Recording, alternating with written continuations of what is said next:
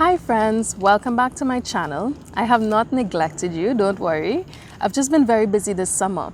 When I came back from my 6-month internship or co-op at Merck, I had to get myself organized for 2 academic conferences. So I submitted 2 abstracts to conferences and they were both accepted for me to give podium presentations. So one was in Montreal, Canada, and the other one was in Dublin, Ireland.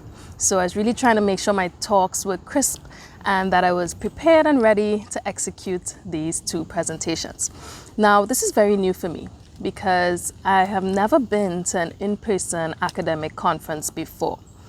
For most of the PhD, it was during COVID times, so a lot of the conferences were virtual, and it's a different scenario when it's virtual because I feel like you could hide behind, oh my goodness, a bee. I feel like you could hide behind the screen, you have your notes, you could be a little more comfortable. If anything, you could always blame it on the technical issues, right? Nah, I'm playing. But I just felt like having something in person felt a little more nerve-wracking than the video presentations that I've given before. So I want to talk a little bit about that. I don't think any of you would have heard this story. So when I was in high school, I was the president of the track and field club. And one day, impromptu, the principal asked me to present the results from a recent track meet in front of the entire school in one of the assemblies. So I was very unprepared for this moment, and I was extremely nervous, right? But I was like, okay, maybe I'll be fine when I get up there.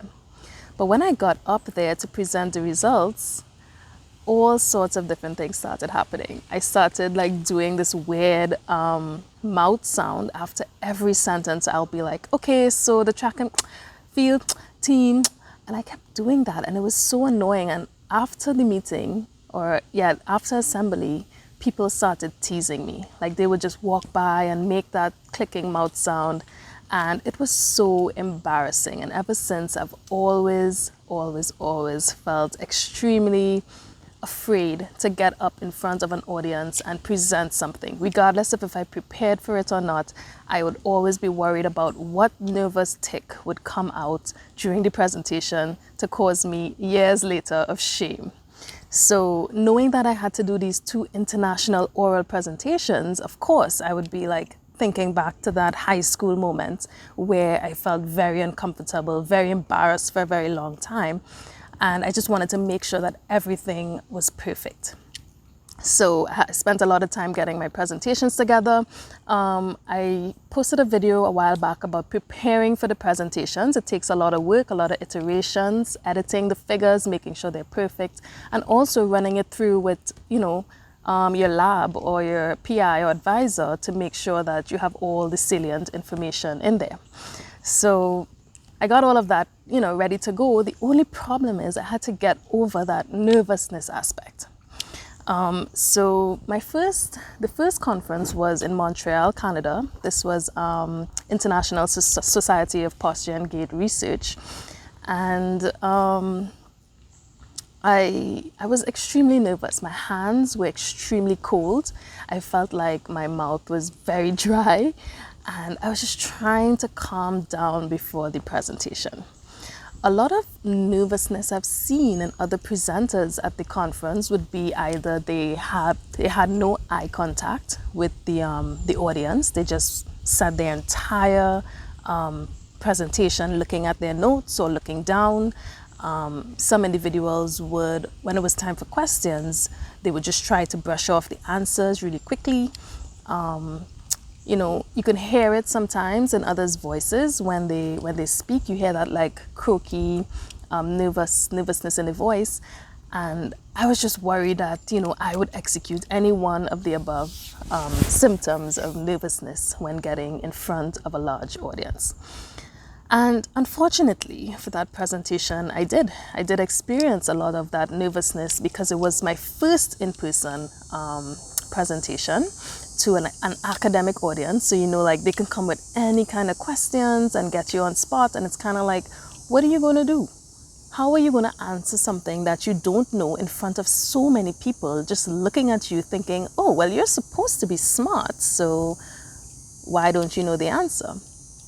And it was just like a lot of things going through my mind, that led up to that moment. But during the presentation, it was very evident by both myself and my co-workers how nervous I really was. First thing is getting on stage and your voice starting to crack. And I just couldn't control it. I'm like, okay, calm down, telling myself internally, like, stop the cracking. But it just wouldn't go away because you're so nervous and you're just trying to get through. And then eye contact, like looking at someone in the audience and getting more nervous. And it just increases the cracking of the voice. I also experienced a dry mouth effect. So I feel like I'm talking, but I need to get some water. But I mean, I'm not going to grab water in a 10-minute or 12-minute presentation. So I just got to keep chugging through with the dry mouth. And in the end, I did not feel really positive about the presentation that I gave in Montreal, Canada. I asked my coworkers, and they were like, yeah, we could have told you were nervous. And oh, your pointer could have been a little more stable. Your hands seemed to be shaking around a lot when holding the pointer. And I didn't get much positive feedback, so it did not have me feeling very well. And I promised myself, like, I need to get over this before the second presentation, which would be in Ireland, because the way that I felt just did not sit well with me. So I had a lot of work to do. So for the Ireland presentation, what was good is that I actually got up in front of an academic audience in Canada before, like 2 weeks prior. So it's not like it was my first time. So at least I had that edge where I'm like, okay, time to buckle down, time to focus. But something that I realized is that regardless of how much practice you have or how much experience you have, you're always probably going to be nervous in front of an audience. My presentation in Ireland, this is for the Neural Control of Movement conference. It was the second to last presentation right before lunch. So I decided to break the ice with the audience a little bit and also to overcome some of the nervousness I had. So what I said was, hello everyone, welcome to the second to last presentation right before lunch. Don't worry, I'll run through very quickly so that we can all get, going to lunch soon. And it was a little, lighter because people started to laugh and chuckle a little bit. And that allowed me to get myself in the right mind frame and mindset to start the presentation. So I started the presentation and I could hear it. My voice is cracking up. And I'm like, I'm trying not to be nervous. I made a joke, come on.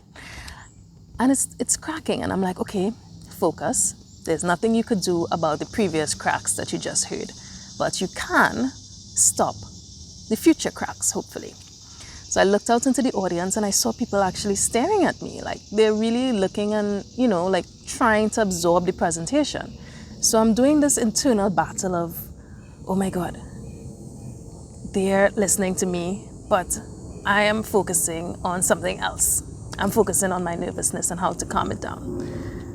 So it was crazy, but I can tell you within about 3-4 minutes, I said, you know what? You need to apply all of the good techniques of good presenters. You need to look out into the audience, maybe look at a couple people, stare at them for a while. Don't just have your eyes flickering across the room. That gets you even more nervous.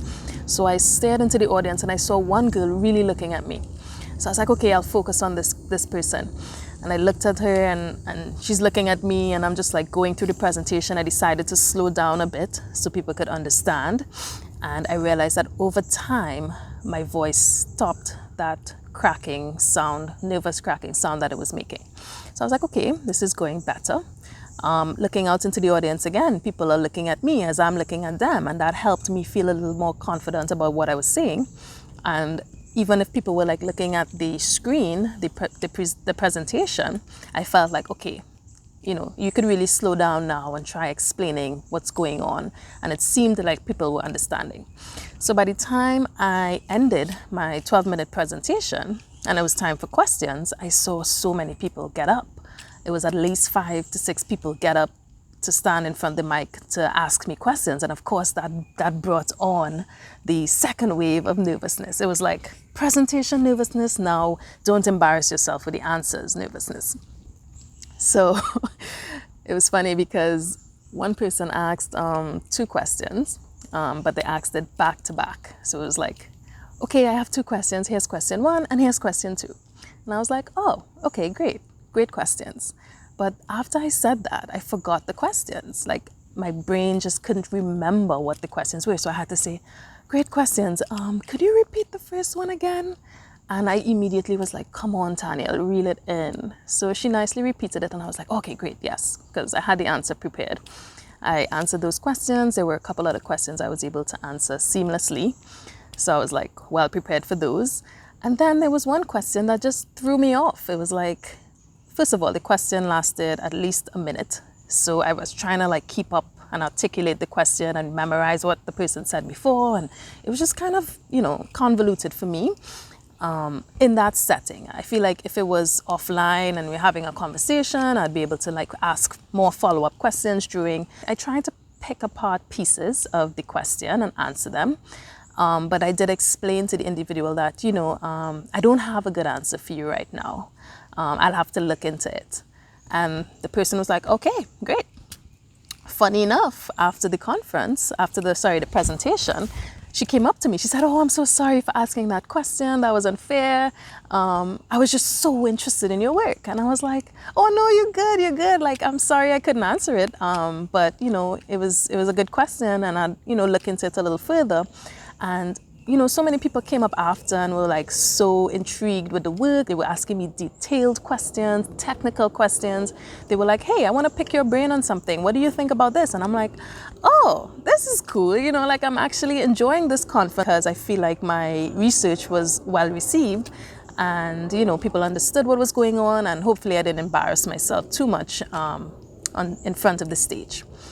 So that was good. I felt definitely more positive about the talk in Ireland, which meant that, I could have celebrated after and not be like feeling all depressed for how many ever days after the first conference that I went to. Also, people came up to me afterwards and were like, really great presentation. And to me, I'm like, I didn't feel like it was that good. But, when I had so much positive feedback, I was like, okay, maybe I'm just being very critical of myself, having that past embarrassment feeling from high school and also the conference 2 weeks before.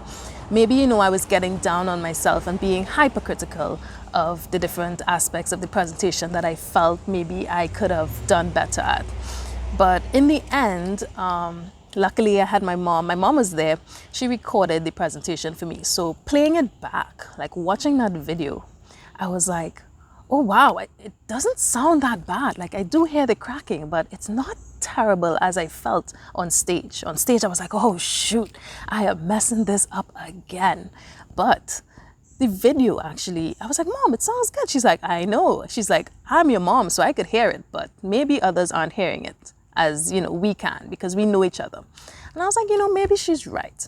So going forward for your own presentations, you're not going to experience the same nervous tics, right? Everyone is different. People might have issues with eye contact. People might have issues with maybe shaky hands for the pointer, voice cracking, dry mouth, needing water. And you need to know what your thing is if you experience any of these and try to hone it in. But the one thing I would say to take away from this is don't be so harsh on yourself. Right? If you make a mistake, that's fine. Like keep it moving. And each presentation most likely would get better and you'll get more experienced to know how to control those nerves. I am still a work in progress, but I can tell you that I am progressing. So that's all that we care about. So if you have any nervous tics that you want to share or any advice, if you're very experienced and you're like, oh no, I don't feel any sort of nervousness when I hit the stage, please send me a message. Please comment down below. And I do wish you an awesome day and I will see you for my next video. The next video I'm going to focus on maybe the manuscript, my first manuscript that I'm writing for publication. So stay tuned.